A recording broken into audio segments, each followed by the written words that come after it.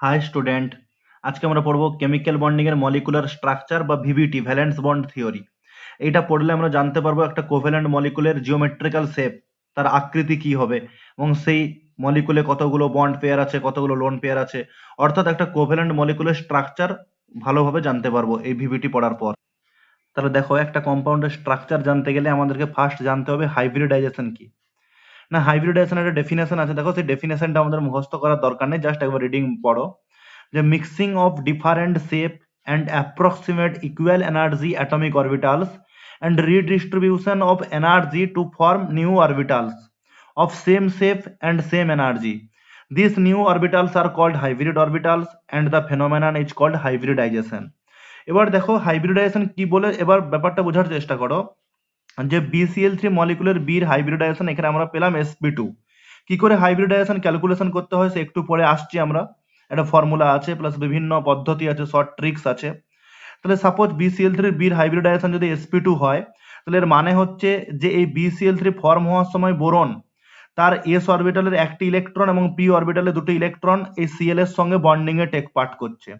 ধরো না কারো হাইব্রিডাইজেশন sp হলো, তাহলে সেই মলিকুলের যে সেন্ট্রাল অ্যাটম তার s অরবিটালের একটা ইলেকট্রন এবং p অরবিটালের একটা ইলেকট্রন বন্ড তৈরি করতে টেক পার্ট করছে। তাহলে ধরো না sp3 হলো, তাহলে s অরবিটালের একটি ইলেকট্রন এবং p অরবিটালের তিনটি ইলেকট্রন বন্ড তৈরি করতে কাজে লাগছে। তাহলে এটাই হচ্ছে তার হাইব্রিডাইজেশনের সিগনিফিক্যান্স। যেমন এই যে BCl3 তে দেখো sp2 হাইব্রিডাইজেশন ছিল, তাহলে বোরনের একটা s অরবিটালের ইলেকট্রন একটা Cl এর p অরবিটালের ইলেকট্রনের সঙ্গে বন্ড তৈরি করলো, এটাকে বলছি sp বন্ড। আবার দেখো, তাহলে একটা sp2 এর মধ্যে একটা s এর ইলেকট্রন ইউজ হয়ে গেছে, তাহলে বাকি দুটো p অরবিটালের ইলেকট্রন ইউজ হবে। তাহলে দেখো, এই যে বোরনের একটা p অরবিটাল আর Cl এর p অরবিটালের ইলেকট্রন বোরনের সঙ্গে বন্ড করলো। আবার দেখো, এই যে p অরবিটালটা বোরনের আর এই Cl এর বাইরের কক্ষ হচ্ছে p অরবিটাল, সেই p অরবিটালের ইলেকট্রন বোরনের p অরবিটালের সঙ্গে বন্ড তৈরি করলো। এবার তাহলে sp2 থেকে জানতে পারলাম যে বোরনের একটি s এবং দুটি p অরবিটালের ইলেকট্রন Cl এর সঙ্গে বন্ড তৈরি করতে কাজে লাগছে। এবার দেখো আমরা হাইব্রিডাইজেশন কি করে বার করব তার একটা ফর্মুলা, যে h equal to half of V plus X minus C plus A. এই h এর ভ্যালু যদি আমরা জানতে পেরে যাই, তাহলে তার কি হাইব্রিডাইজেশন হবে আমরা জানতে পেরে যাব। হাইব্রিডাইজেশনে সবসময় কেন্দ্রীয় পরমাণু বা সেন্ট্রাল অ্যাটমের বার করানো হয়। তাহলে BCl3 তে সেন্ট্রাল অ্যাটম হচ্ছে বোরন। তাহলে কোনো একটা কম্পাউন্ডের সেন্ট্রাল অ্যাটম জেনারেলি যেটা মোর ইলেকট্রো পজিটিভ সেইটা হয়, বা যেটা প্রথমে থাকে।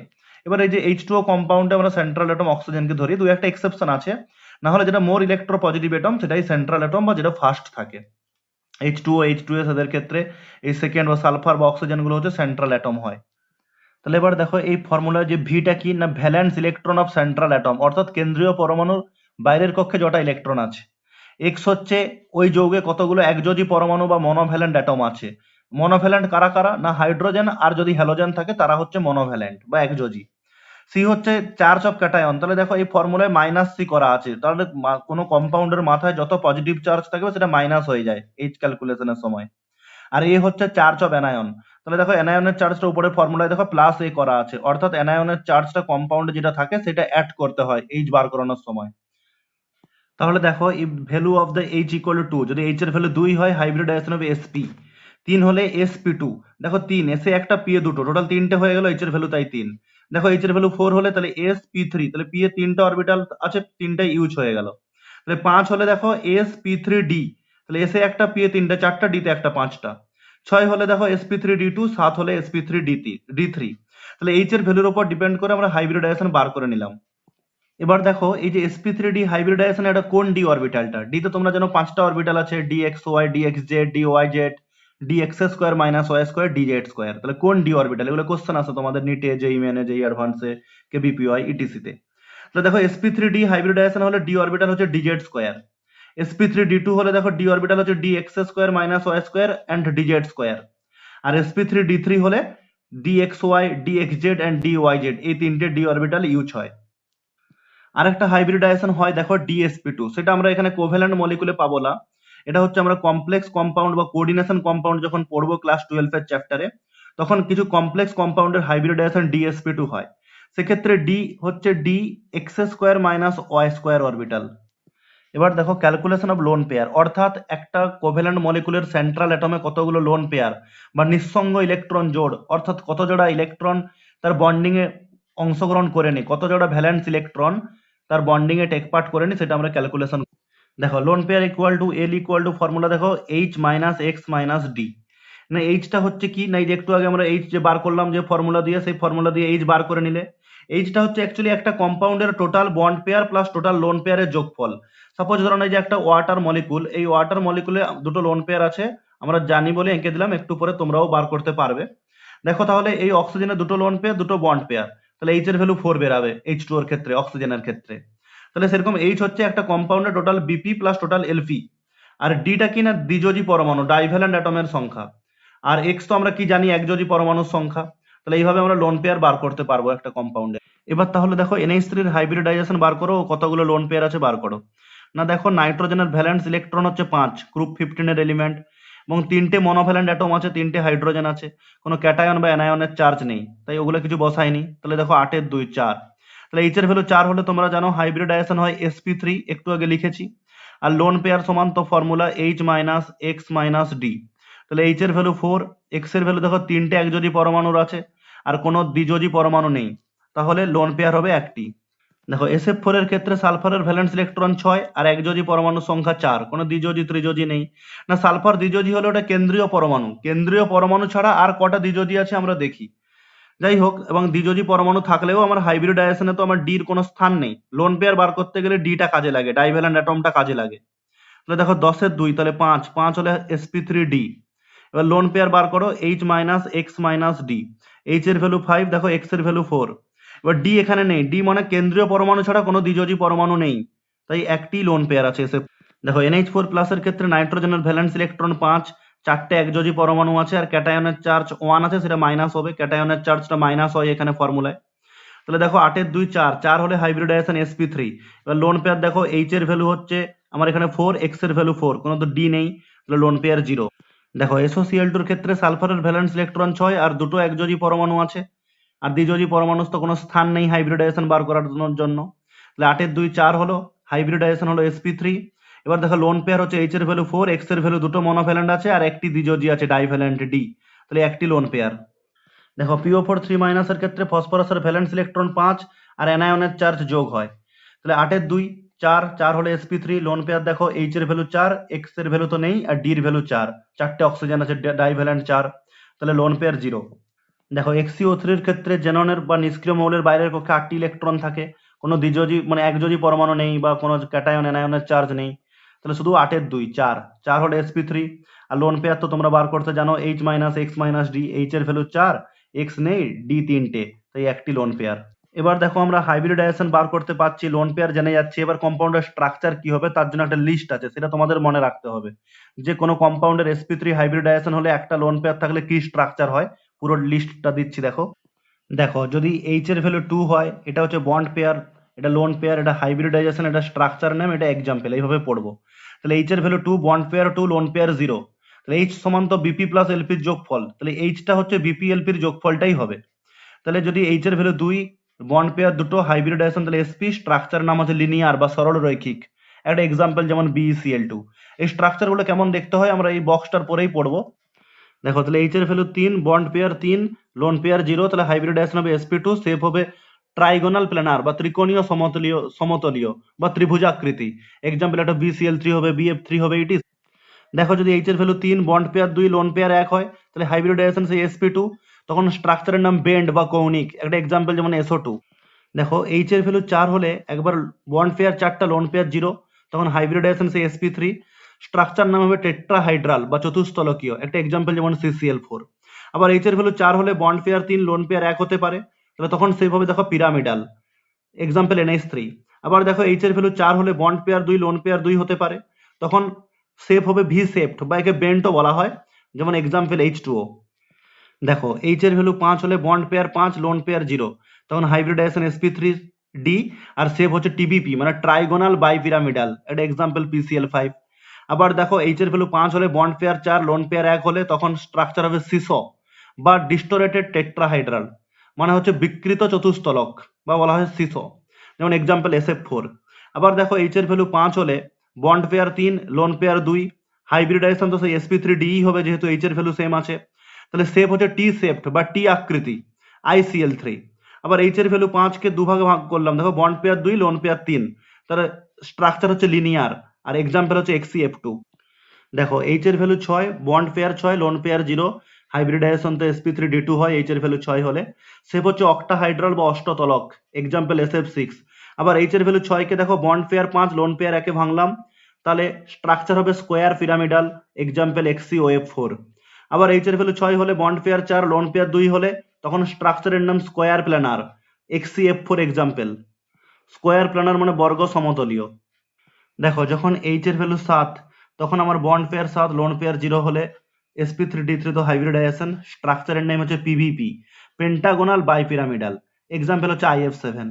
আবার দেখো যখন এইচ এর value 7, bond pair 6 lone pair 1 হলো, তখন স্ট্রাকচার হলো ডিস্টোরেটেড অক্টাহাইড্রাল বা বিকৃত অষ্টতলক, এক্সাম্পল XCF6। এবার দেখো আমরা এই স্ট্রাকচার গুলো একে একে পড়বো। তাহলে তোমাকে বেসিক্যালি কি মনে রাখতে হবে, দেখো তোমাকে তো একটা কম্পাউন্ড সাপোজ দেওয়া আছে SO2, তো তুমি এর হাইব্রিডাইজেশন বার করে SO2 দেখো হাইব্রিডাইজেশন তুমি বার করে নিতে পারলে, sp2 একটা লোন পেয়ার আছেও বার করে নিতে পারলে। তাহলে এই যে sp2 হাইব্রিডাইজেশন একটা লোন পেয়ার হলে স্ট্রাকচার বেন্ড হয়, শুধু এটুকুই মনে রাখতে হবে যে সাপোজ sp3 হাইব্রিডাইজেশন দুটো লোন পেয়ার থাকলে ভি শেপড। তাহলে মাঝের এই তিনটা কলাম লোন পেয়ার, হাইব্রিডাইজেশন এবং স্ট্রাকচার নেম, এই তিনটে কলাম ভালোভাবে মনে রাখতে হবে। কম্পাউন্ড দেওয়া থাকবে, তুমি তার হাইব্রিডাইজেশন, এইচ এর value, lone pair, bond pair সব বার করতে পারবে। জাস্ট এত হাইব্রিডাইজেশন হলে এতগুলো লোন পেয়ার থাকলে এই স্ট্রাকচার হয়, এটুকু জিনিস তোমাকে মনে রাখতে হবে। দেখো এই যে আমরা BeCl2 এক্সাম্পল নিয়েছিলাম, তাহলে এর হাইব্রিডাইজেশন বার করব। তাহলে বেরিলিয়ামের ভ্যালেন্স ইলেকট্রন 2 আর দুটো একযোজি পরমাণু আছে, তাই x এর ভ্যালু 2। তাহলে দেখো 4 এর 2 2, তাহলে হাইব্রিডাইজেশন sp। তাহলে লোন পেয়ার বার করলাম H - X - D করে, তোমরা তো জানো ফর্মুলাগুলো আগে বলে দিয়েছি। তাহলে H এর ভ্যালু 2, X এর ভ্যালু 2, তাহলে লোন পেয়ার 0। তাহলে sp হাইব্রিডাইজেশন লোন পেয়ার 0 হলে দেখো স্ট্রাকচার হবে লিনিয়ার, সরল রৈখিক। দেখো পুরো দুটো Cl বেরিলিয়াম একই সরল রেখায় আছে, তো এই যে দুটো Cl এর মধ্যে বন্ড অ্যাঙ্গেল 180 ডিগ্রি।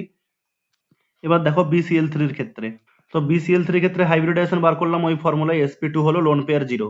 তো স্ট্রাকচার দেখো, স্ট্রাকচার হবে ট্রাইগোনাল প্ল্যানার বা ত্রিকোণীয় সমতলীয়। দেখো এই স্ট্রাকচার, তাহলে এটাকে আমি এইভাবে জুড়ে দিলাম, ত্রিকোণীয় সমতলীয়। দেখো দুটো Cl এর মধ্যে বন্ড অ্যাঙ্গেল 120 ডিগ্রি। তো দেখো SO2 এর ক্ষেত্রে হাইব্রিডাইজেশন বার করলাম, sp2 হলো, তাহলে লোন পেয়ার হচ্ছে দেখো একটি আছে, তাহলে sp2 হাইব্রিডাইজেশন একটি লোন পেয়ার হলে তার স্ট্রাকচার হবে বেন্ট বা কৌণিক। দেখো এটা হচ্ছে বেন্ট স্ট্রাকচার।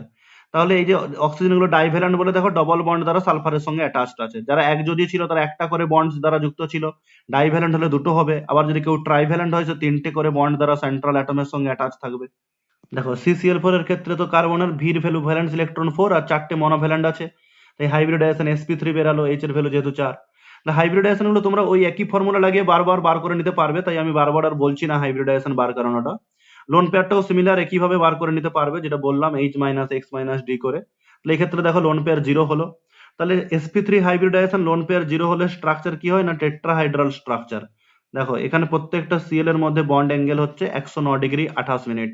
দেখো NH3 এর ক্ষেত্রে হাইব্রিডাইজেশন sp3 এবং লোন পেয়ার একটি, তাহলে sp3 হাইব্রিডাইজেশন যদি একটি লোন পেয়ার থাকে তাহলে স্ট্রাকচার হচ্ছে পিরামিডাল।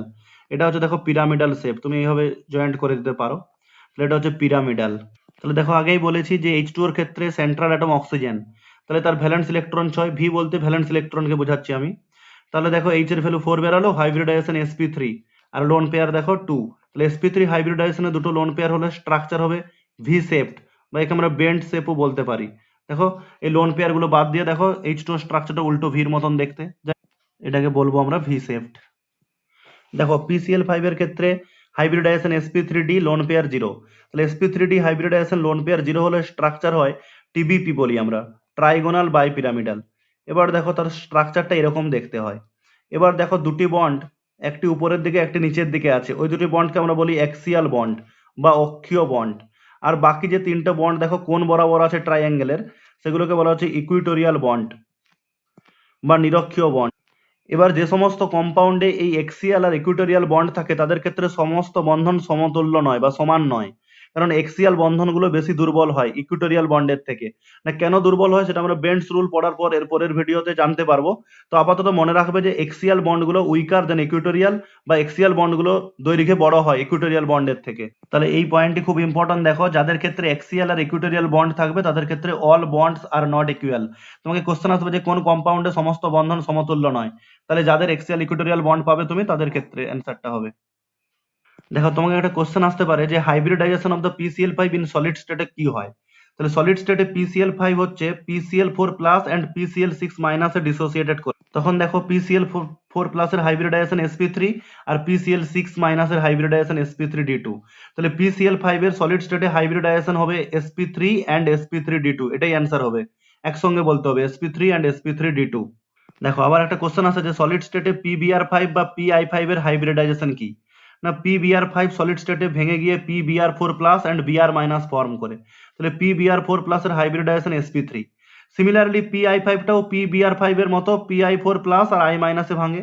তাহলে PI4+ এর হাইব্রিডাইজেশন হচ্ছে sp3। আর ব্রোমিন মাইনাস বা আয়োডিন মাইনাস এগুলো তো একটা সিঙ্গেল আয়ন, এদের হাইব্রিডাইজেশন হয় না, কোভ্যালেন্ট মলিকুল ছাড়া হাইব্রিডাইজেশন হয় না। যাই হোক, তাহলে সলিড স্টেটে যদি PBr5 বা PI5 এর হাইব্রিডাইজেশন চাই, অ্যান্সার হবে অনলি sp3। যদি তোমাকে PF5 এর হাইব্রিডাইজেশন চাই সলিড স্টেটে, না PF5 কোনো প্রকার ডিসোসিয়েশন হয় না যে PF4+ এ যাবে etc, কোনোতেই ভাঙে না, তাহলে শুধু PF5 ফর্মেই থাকে, তাহলে হাইব্রিডাইজেশন হবে sp3d। দেখো SO4 এর ক্ষেত্রে হাইব্রিডাইজেশন বার করলাম sp3d, লোন পেয়ার একটি, তাহলে স্ট্রাকচার হবে সিসো। দেখো এটি হচ্ছে সিসো বা বিকৃত চতুস্থলক আকৃতি। যে কোনো একটা কোণ বরাবর তুমি লোন পেয়ারটাকে রাখো, আর এফ গুলোকে বাকি জায়গাগুলো রাখো। লোন পেয়ার যে সবসময় এই কোণে রাখতে হবে এমন কোনো কথা নেই, তুমি যে কোনো একটা কোণে লোন পেয়ারটাকে রাখতে পারো। তাহলে sp3d হাইব্রিডাইজেশন একটি লোন পেয়ার থাকলে স্ট্রাকচারের সিসো বা বিকৃত চতুস্থলক। দেখো ICl3 এর ক্ষেত্রে আয়োডিন ভ্যালেন্স ইলেকট্রন, তাহলে যে কোনো হ্যালোজেনের ভ্যালেন্স ইলেকট্রন হচ্ছে 7টা। সরি, আয়োডিন হচ্ছে তোমার এখানে ভ্যালেন্স, আয়োডিনের ভ্যালেন্স ইলেকট্রন 7টা, আয়োডিন হচ্ছে সেন্ট্রাল অ্যাটম। যাই হোক, তাহলে আয়োডিনের বা যে কোনো হ্যালোজেনের বাইরে কক্ষে 7টা ইলেকট্রন থাকে, 3টে মনোভ্যালেন্ট আছে। তাহলে এইচ এর ভ্যালু 5 বেরালে হাইব্রিডাইজেশন হবে sp3d, লোন পেয়ার দুটো। তাহলে sp3d হাইব্রিডাইজেশনে দুটো লোন পেয়ার থাকলে স্ট্রাকচার হয় টি শেপড। দেখো টির মতন দেখতে, দুটো লোন পেয়ার ছাড়া তুমি যদি দেখো, দেখো এই যে একটা টির মতন দেখতে লাগছে। দেখো HCl2 এর ক্ষেত্রে হাইব্রিডাইজেশন বেরালো sp3d, লোন পেয়ার 3টে। তাহলে sp3d হাইব্রিডাইজেশন 3টে লোন পেয়ার হলে স্ট্রাকচার লিনিয়ার।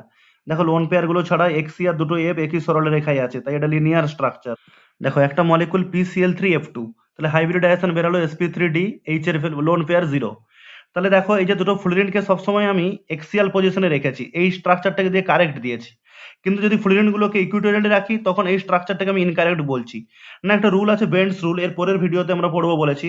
তাহলে বেন্ডস রুল অনুসারে এই যে স্ট্রং ইলেকট্রোনেগেটিভ বা মোর ইলেকট্রোনেগেটিভ এলিমেন্ট গুলোকে সবসময় এক্সিয়াল পজিশনে রাখতে হয়। তাই ফ্লুরিন গুলোকে অবশ্যই এক্সিয়াল পজিশনে রাখতে হবে, যেহেতু ফ্লুরিনটা সিএল এর অপেক্ষা বেশি ইলেকট্রোনেগেটিভ। কিন্তু এখানে দেখো ফ্লুরিনটা ইকুইটোরিয়ালে ছিল, তাই এটা ভুল স্ট্রাকচার। সিমিলারলি দেখো XeO2F2 এর ক্ষেত্রে হাইব্রিডাইজেশন বার করলাম sp3d, লোন পেয়ার একটি। তাহলে এক্ষেত্রে যেহেতু ফ্লুরিন গুলো মোর ইলেকট্রোনেগেটিভ, তাই ফ্লুরিন গুলোকে দেখো এক্সিয়াল পজিশনে রেখেছি, আর অক্সিজেন গুলোকে ইকুইটোরিয়ালে। দেখো SF6 এর ক্ষেত্রে হাইব্রিডাইজেশন বেরালো sp3d2, লোন পেয়ার 0। তাহলে sp3d2 লোন পেয়ার 0 হলে স্ট্রাকচার হবে অক্টাহাইড্রাল বা অষ্টতলক। এটা হচ্ছে অক্টাহাইড্রাল স্ট্রাকচার। তুমি এই স্ট্রাকচারটাকে একটু 3D তে মানে কম্পেয়ার করবে, একটু 3D স্ট্রাকচার ভাববে। দেখো যে 4টা ফ্লোরিন 4 কোণে আছে, আর উপরের ফ্লোরিনটা হচ্ছে উপরের দিকে এরকম প্লেনের উপরের দিকে উঠে আছে। তুমি খাতার উপরের দিকে একটা পেন দাঁড় করিয়ে রাখো, তাহলে সেটা হচ্ছে উপরের ফ্লোরিন। আর খাতার নিচের দিকে যদি একটা পেন দাঁড় করিয়ে রাখো, তাহলে বুঝতে হবে সেটা নিচের দিকের ফ্লোরিনটা হচ্ছে বিলো দা প্লেনে আছে। তাহলে উপরের ফ্লোরিনটা অ্যাবাভ দা প্লেনে আছে, খাতার উপরে একটা পেন দাঁড় করাও, আর খাতার নিচের দিকে একটা পেন দাঁড় করিয়ে মাঝখান থেকে দাঁড় করিয়ে নিচের দিকে রেখে দাও। তাহলে ওটা হচ্ছে বিলো দা প্লেনের ফ্লোরিনটা, এই নিচের ফ্লোরিনটা। আর 4টা ফ্লোরিন হচ্ছে 4 কোণে প্লেনে আছে, খাতার 4 কোণে আছে ভাবো। দেখো XeOF4 এর ক্ষেত্রে হাইব্রিডাইজেশন হচ্ছে sp3d2 এবং লোন পেয়ার একটি, তাহলে স্ট্রাকচার হবে স্কোয়ার পিরামিডাল। দেখো বর্গ পিরামিডীয়। দেখো XeF4 এর ক্ষেত্রে হাইব্রিডাইজেশন sp3d2, দুটি লোন পেয়ার, তাহলে স্ট্রাকচার হবে স্কোয়ার প্ল্যানার বা বর্গ সমতলীয়। এটি হচ্ছে বর্গ সমতলীয় স্ট্রাকচার XeF4 এর। দেখো IF7 এর ক্ষেত্রে হাইব্রিডাইজেশন sp3d3, লোন পেয়ার একটাও নেই, তাহলে স্ট্রাকচার হবে পিভিপি বা পেন্টাগোনাল বাই পিরামিডাল। এটা হচ্ছে পঞ্চকোণীয় দ্বিপিরামিডীয় বা পিভিপি শেপ। দেখো এই XeF6 এর ক্ষেত্রে হাইব্রিডাইজেশন বেরালো sp3d3, একটি লোন পেয়ার। তাহলে একটি লোন পেয়ার sp3d3 হাইব্রিডাইজেশন হলে স্ট্রাকচার হয় ডিস্টোরেটেড অক্টাহাইড্রাল বা বিকৃত অষ্টতলক। যদি এই লোন পেয়ারটা আমার না থাকতো তখন হাইব্রিডাইজেশন হতো সাপোজ sp3d2, তখন অক্টাহাইড্রাল হতো যেমন SF6 এর ক্ষেত্রে। তাই এই লোন পেয়ারটা থাকার জন্য এই অষ্টতলকীয় স্ট্রাকচারটার একটু বিকৃতি ঘটছে, তাই আমরা একে বলছি বিকৃত অষ্টতলক। এবার দেখো short tricks for hybridization and BPLP ক্যালকুলেশনের জন্য কিছু শর্ট ট্রিক্স আছে। সাপোজ দেখো শর্ট ট্রিক্স বলতে সাপোজ PH3 এর হাইব্রিডাইজেশন কি হবে বা কতগুলো লোন পেয়ার আছে ফসফরাসের উপরে। না, তুমি জানো ফসফরাসের ভ্যালেন্স শেলে 5টি ইলেকট্রন আছে, এবার তিনটি মনোভ্যালেন্ট অ্যাটম আছে, তাহলে তিনটি মনোভ্যালেন্টকে তিনটি ইলেকট্রন ডোনেট করে দেবে বন্ড তৈরি করার জন্য। তাহলে পাঁচটির মধ্যে যদি তিনটি ডোনেট করে দেয় তাহলে বাকি পড়ে থাকলো দুটি ইলেকট্রন, তাহলে একটি লোন পেয়ার। এবার দেখো তিনটি বন্ড পেয়ার তৈরি করছে তিনটা মনোভ্যালেন্ট অ্যাটমের সঙ্গে, তাহলে বন্ড পেয়ার হচ্ছে 3 আর লোন পেয়ার হচ্ছে 1, তাহলে টোটাল যোগফলটা হচ্ছে 4, তাহলে এইচ এর ভ্যালু 4 হলে হাইব্রিডাইজেশন হয় sp3। দেখো মুখে মুখে হয়ে যাবে, যে কোনো কম্পাউন্ড দেখা মাত্রই বুঝতে পেরে যাবে। যেমন দেখো sf4, sf4 এর ক্ষেত্রে সালফারের 6টি ইলেকট্রন ছিল, তাহলে 6টির মধ্যে দেখো 4টি ইলেকট্রন ফ্লুরিনকে দান করে দিয়েছে, যেহেতু 4টি মনোভ্যালেন্ট অ্যাটম আছে প্রত্যেকটা মনোভ্যালেন্টকে একটি করে দেয়, তাহলে 4জনকে 4টি দিয়ে দিল। তাহলে 4টি যদি দিয়ে দেয় আর দুটি পড়ে আছে, তাহলে দুটি পড়ে আছে মানে একটি লোন পেয়ার, এক জোড়া ইলেকট্রন, মানে দুটো মানে। আর যেহেতু 4টা ফ্লুরিন আছে 4টা বন্ড পেয়ার, তাহলে বন্ড পেয়ার 4 লোন পেয়ার 1, তাহলে এইচ এর ভ্যালু দেখো 5 হচ্ছে, হাইব্রিডাইজেশন হবে sp3d। সাপোজ তুমি ধরো না xcf4, তাহলে 8টা ইলেকট্রনের মধ্যে দেখো 4টা ইলেকট্রন 4টা ফ্লুরিনকে দিয়েছে, তাহলে 8টার মধ্যে 4টা চলে গেলে বাকি 4টা মানে দুটো লোন পেয়ার, আর দেখো 4টা ফ্লুরিন আছে বলে 4টা বন্ড পেয়ার, তাহলে টোটাল যোগফলটা হচ্ছে বন্ড পেয়ার প্লাস লোন পেয়ারের 6, তাহলে হাইব্রিডাইজেশন হবে sp3d2। যেমন দেখো SnCl2, তাহলে SnCl2 এর ক্ষেত্রে টিনের বাইরের কক্ষে ইলেকট্রন সংখ্যা 4টা, 4টার মধ্যে দুটো সিএল কে দুটো দিয়ে দিয়েছে, তাহলে দুটো পড়ে আছে মানে একটা লোন পেয়ার, আর দুটো সিএল এর জন্য দুটো বন্ড পেয়ার, তো টোটাল বন্ড পেয়ার লোন পেয়ারের যোগফল 3, হাইব্রিডাইজেশন sp2। যেমন XeO3 এর ক্ষেত্রে দেখো, এবার অক্সিজেন এখানে দ্বিযোজী বা ডাইভ্যালেন্ট, তাহলে প্রত্যেকটা অক্সিজেন দুটো করে ইলেকট্রন নেবে জেনন থেকে, তাহলে জেননের বাইরে কক্ষে 8টি ছিল, তাহলে 3টি অক্সিজেন ডাইভ্যালেন্ট হওয়ার জন্য 3জনকে 6টা ইলেকট্রন দিবে। মনোভ্যালেন্ট হলে একটা করে দেয় আর ডাইভ্যালেন্টকে দুটো করে দেয়, তাহলে 3টা অক্সিজেনকে 6টা দিয়ে দিল, তাহলে বাকি যে দুটো পড়ে থাকলো সেটা হচ্ছে দুটো ইলেকট্রন মানে একটা লোন পেয়ার, আর এখানে 3টে অক্সিজেন আছে মানে 3টেই বন্ড পেয়ার হবে, মানে ওই কেন্দ্রীয় পরমাণুর সঙ্গে যতগুলো অ্যাটম অ্যাটাচ ততগুলো বন্ড পেয়ার হবে, সে হতে পারে ডাইভ্যালেন্ট, হতে পারে মনোভ্যালেন্ট, হতে পারে ট্রাইভ্যালেন্ট, তাহলে যতগুলো অ্যাটম অ্যাটাচ কেন্দ্রীয় পরমাণুর সঙ্গে ততগুলো বন্ড পেয়ার, তাহলে 3টে বন্ড পেয়ার আর দেখো একটা লোন পেয়ার, টোটাল যোগফল 4, তো হাইব্রিডাইজেশন হবে sp3। যদি তোমাকে বলা হয় যে XeF2 মলিকুলে X এর কতগুলো লোন পেয়ার আছে, না দেখো 8টি ইলেকট্রন ভ্যালেন্স ইলেকট্রন, তার মধ্যে দুটো ইলেকট্রন দুটো ফ্লুরিনকে দিয়েছে, তাহলে 6টি ইলেকট্রন যে পড়ে আছে তার মানে 3টি লোন পেয়ার আছে, দেখো দেখা মাত্রই হয়ে যাচ্ছে যে এই কম্পাউন্ডে 3টি লোন পেয়ার আছে। দেখো এছাড়াও আরো কি কি কোশ্চেন আসতে পারে, দেখো আমি কয়েকটা লিখে করিয়ে দিচ্ছি। দেখো তো প্রথম কোশ্চেন, হুইচ কম্পাউন্ড ইজ আইসোস্ট্রাকচারাল, মানে আইসোস্ট্রাকচারাল মানে একই স্ট্রাকচার একই আকৃতি সম্পন্ন XeO3 এর সঙ্গে, তাহলে কোনটি একই স্ট্রাকচার বা একই আকৃতি হবে XeO3 এর মতো। তাহলে দেখো 4টি অপশন দেওয়া আছে, একটা শর্ট ট্রিক্স বলছি দেখো, যে X এর বাইরের কক্ষে 8টা ইলেকট্রন 3টা দ্বিযোজী অ্যাটম আছে, তাহলে দেখো এই Br এর ক্ষেত্রে Br এর 7টা হ্যালোজেনের 7টা ইলেকট্রন থেকে বাইরে, এবার সেই একটা মাইনাস চার্জ আছে, তাহলে সেই মাইনাস মানে সে একটা নিয়েছে, তাহলে 7টা ছিল একটা নিয়েছে, তাহলে 8টা হয়েছে, তাহলে বাইরের কক্ষে 8টা হয়ে গেল আর 3টা দ্বিযোজী, তাহলে XeO3 তে দেখো বাইরের কক্ষে 8টা ইলেকট্রন ছিল X এর, 3টা দ্বিযোজী, আর BrO3 মাইনাস এ ব্রোমিন মাইনাসের 8টা ইলেকট্রন আর 3টে দ্বিযোজী, তাহলে XeO3 যা স্ট্রাকচার BrO3 মাইনাসেরও তা। এছাড়াও তুমি সেই হাইব্রিডাইজেশন লোন পেয়ার বার করে করতে পারো, যে দুটি কম্পাউন্ডের একই হাইব্রিডাইজেশন একই লোন পেয়ার থাকলে একই স্ট্রাকচার হবে, সেটা একটু বেশি সময় লাগবে, তাহলে এটা শর্ট ট্রিক্স। সিমিলার আরেকটি কোশ্চেন দেখো, দেখো 2 নম্বর কোশ্চেন হচ্ছে which compound is isostructural with NH4+। তো শর্ট ট্রিক্সটা দেখো, নাইট্রোজেনের বাইরের কক্ষে 5টি ইলেকট্রন ছিল, প্লাস মানে একটা ছেড়েছে, তাহলে বর্তমান 4টি ইলেকট্রন আর 4টি একযোজী পরমাণু আছে, তাহলে বোরনের বাইরের কক্ষে 3টে ছিল, একটা মাইনাস মানে নিয়েছে, তাহলে 4টি ইলেকট্রন হয়ে গেল আর 4টি একযোজী আছে, তাহলে NH4+এও নাইট্রোজেনের 4টা একযোজী, আর BF4- ও বোরনের বাইরের কক্ষে 4টা হয়ে গেল আর 4টা একযোজী, তাহলে BF4- হবে অ্যান্সার। দেখো 3 নম্বর কোশ্চেন দেখো, যে in which compound all bonds are not equal. তোমাকে পড়ানোর সময় বলেছি যাদের ক্ষেত্রে axial and equatorial bond present তাদের ক্ষেত্রে সমস্ত বন্ধন সমতুল্য নয়। এই SF4 এর ক্ষেত্রে দেখবে স্ট্রাকচারটা হচ্ছে সিস বিস্তৃত চতুস্তলক, তাহলে এক্ষেত্রে এক্সিয়াল বন্ডও আছে, দেখো ইকুইটোরিয়াল বন্ডও আছে, তাই এর ক্ষেত্রে অল বন্ডস নট ইকুয়াল।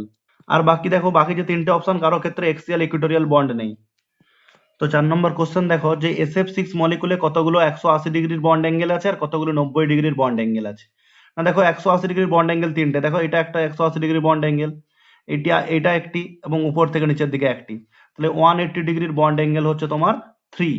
এবার 90 ডিগ্রির বন্ড অ্যাঙ্গেল কি হবে দেখো, না এই যে উপরের দিকের ফ্লুরিনটা হচ্ছে, তোমাকে বলেছিলাম খাতার একটা মাঝখানে পেন উপরের দিকে দাঁড় করিয়ে রাখো, তাহলে সেই দাঁড় করিয়ে রাখার সাপেক্ষে দেখো প্রত্যেকটা কোণে যে ফ্লুরিন আছে সেগুলো তার সঙ্গে পারপেন্ডিকুলার হয়ে যাবে। খাতার মাঝখানে একটা যদি পেন উপরের দিকে দাঁড় করিয়ে রাখো, তাহলে প্রত্যেকটা কোণে যে ফ্লুরিন গুলো আছে তাদের সঙ্গে পারপেন্ডিকুলার হয়ে যাচ্ছে, তাহলে সেক্ষেত্রে 4টি 90 ডিগ্রি পেয়ে যাচ্ছি উপরের ফ্লুরিনের জন্য, আবার নিচের ফ্লুরিনটা খাতার নিচের দিকে থাকলে পেনটা, তখন এই 4 কোণে যে 4টা ফ্লুরিন আছে তার সঙ্গে পারপেন্ডিকুলার হয়ে যাচ্ছে 4টে আরো, তাহলে 8টা অলরেডি হয়ে গেল। এবার দেখো এই যে সারাউন্ডিং এ যে বন্ড অ্যাঙ্গেল গুলো, সেগুলোও তো আমার 90 ডিগ্রি করে, তাহলে টোটাল দেখো 12টা 90 ডিগ্রির বন্ড অ্যাঙ্গেল হবে। তাহলে আরেকবার বলে দিচ্ছি যে উপরের ফ্লুরিনটার জন্য 4টা কোণের ক্ষেত্রে 4টা, নিচের ফ্লুরিনটার জন্য 4টা কোণের জন্য 4টা, টোটাল 8টা হলো। এবার সারাউন্ডিং এ এই যে ফ্লুরিন গুলোর মধ্যে যে বন্ড অ্যাঙ্গেল সেগুলোও 90 ডিগ্রি, তাহলে টোটাল 12টা হলো। দেখো PCl5 মলিকুলের ক্ষেত্রে কতগুলি 180 ডিগ্রি, 90 ডিগ্রি ও 120 ডিগ্রির বন্ড অ্যাঙ্গেল আছে? না 180 দেখো একটি, জাস্ট উপর থেকে নিচের দিকে যে সিএলটা সেটাই হচ্ছে 180 ডিগ্রি।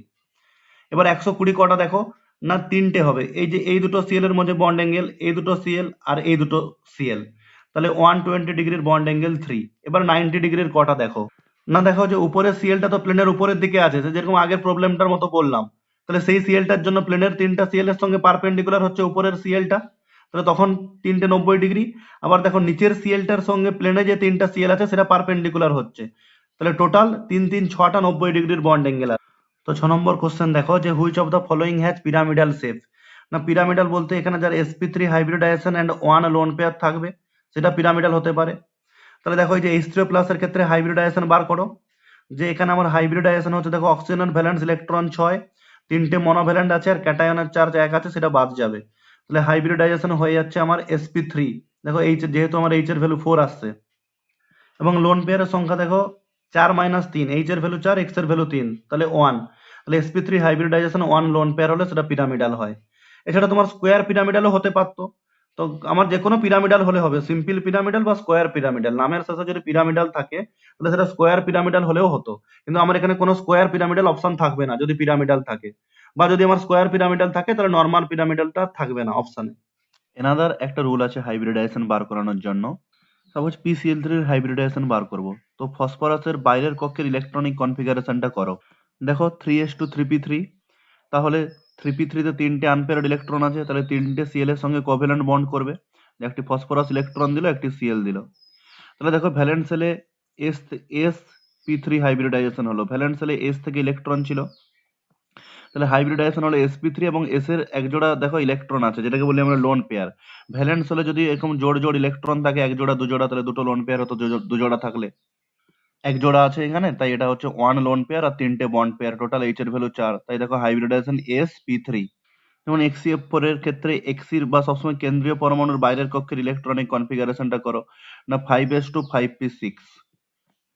এবার 4টা ফ্লোরিনের জন্য 4টে আনপেয়ার্ড ইলেকট্রন চাই, তাই গ্রাউন্ড স্টেটে তো কোনো আনপেয়ার্ড ইলেকট্রন নেই, তাই আমি এক্সাইটেড স্টেটে গেলাম দেখো, এবং সেকেন্ড এক্সাইটেড স্টেটে যেতে হবে তোমাকে, তবে তুমি 4টে আনপেয়ার্ড ইলেকট্রন পাবে, মানে এখানকার একটা ইলেকট্রন এখানে আসতে হবে, আবার এখানকার একটা ইলেকট্রন এখানে আসতে হবে। দেখো 4টে আনপেয়ার্ড ইলেকট্রন হয়ে গেল, এখানে একটা এফ, এখানে একটা এফ, এখানে একটা, এখানে একটা। তাহলে এবার দেখো আমার হাইব্রিডাইজেশন হচ্ছে sp3d2, দেখো s এ একটা অরবিটাল, p এ 3টা, d দুটো টেক পার্ট করছে। এবার দেখো দুটো লোন পেয়ার আছে, এটা একটি লোন পেয়ার, এটা একটি লোন পেয়ার, তাহলে দেখো এইভাবে আমরা হাইব্রিডাইজেশনও পেয়ে যাচ্ছি, কতগুলো লোন পেয়ারও পেয়ে যাচ্ছি। SF4 এর ক্ষেত্রে দেখো যে সালফারের আউটার মোস্ট সেলে ইলেকট্রনিক কনফিগারেশন 3s2 3p4। দেখো এবার ফার্স্ট এক্সাইটেড স্টেটে গেলাম, তবে এখানকার একটা ইলেকট্রন ডি অরবিটালে চলে গেল, সালফারে যে 3d ভ্যাকেন্ট আছে, পি অরবিটালের একটা ইলেকট্রন ডি তে চলে গেল। এবার 4টে আনপেয়ার্ড ইলেকট্রন হলো, 4টা এভ এলো, তাহলে একটা লোন পেয়ার থেকে গেল। তাহলে হাইব্রিডাইজেশন কি হলো দেখো sp3d, তাহলে sp3d hybridization plus 1 lone pair. XCO3 এর ক্ষেত্রে দেখো X এর তো আমরা ইলেকট্রনিক কনফিগারেশন জানি 5s2 5p6। দেখো যেহেতু XCO3 আছে, তাহলে একটি একটি অক্সিজেন ডাইভ্যালেন্ট, মানে একটার জন্য দুটো করে ইলেকট্রন চাই, তাহলে যে 6টা আনপেয়ার্ড ইলেকট্রন করলাম 3টে অক্সিজেনের জন্য। এবার হাইব্রিডাইজেশন হওয়ার সময় তুমি কি করবে, না যতগুলো ডাইভ্যালেন্ট আছে ততগুলো ইলেকট্রন বাইরের থেকে বাদ যাবে, 3টে ডাইভ্যালেন্ট আছে 3টে বাদ যাবে লাস্টের দিক থেকে, তাহলে হাইব্রিডাইজেশন হবে sp3 এবং একটি লোন পেয়ার। তাহলে যতগুলো ডাইভ্যালেন্ট আছে তার থেকে ডবল আনপেয়ার্ড ইলেকট্রন করতে হবে, 6টা করলাম। এবার হাইব্রিডাইজেশন কাউন্ট করার সময় যতগুলো ডাইভ্যালেন্ট আছে ততগুলো ইলেকট্রন লাস্টের দিক থেকে তুমি বাদ দিবে। দেখো XCOF4 এর ক্ষেত্রে 4টি মনোভ্যালেন্ট, একটি ডাইভ্যালেন্ট, 4টি মনোভ্যালেন্টের জন্য 4টি আনপেয়ার্ড আর একটি অক্সিজেনের জন্য 2টি, টোটাল 6টি আনপেয়ার্ড ইলেকট্রন করতে হবে। তাহলে এক্সাইটেড স্টেটে দেখো এই যে পি অরবিটালের 3টে ইলেকট্রন ডি তে চলে গেল, তাহলে এখানে একটা এফ আসবে, এখানে একটা এফ, এখানে একটা এফ, এখানে একটা এফ, এবার এই দুটো মিলে একটা অক্সিজেন আসবে। এবার তোমাকে কি বললাম যে যতগুলো ডাইভ্যালেন্ট থাকবে ততগুলো ইলেকট্রন লাস্ট থেকে বাদ দিবে হাইব্রিডাইজেশনের সময়। তাহলে হাইব্রিডাইজেশন হবে দেখো sp3d2, একটা ডাইভ্যালেন্ট আছে, একটা ইলেকট্রন বাদ দিলাম লাস্টে, তাহলে sp3d2 এবং দেখো একটি লোন পেয়ার আছে s অরবিটালে। ছাত্ররা অবশ্যই আমার এই ইউটিউব চ্যানেলটিকে সাবস্ক্রাইব করবে এবং কাছে থাকা বেল আইকনটিকে প্রেস করো যাতে সবার আগে ভিডিওটি তোমার কাছে চলে যায়, এবং লাইক কমেন্ট শেয়ার করতে ভুলো না।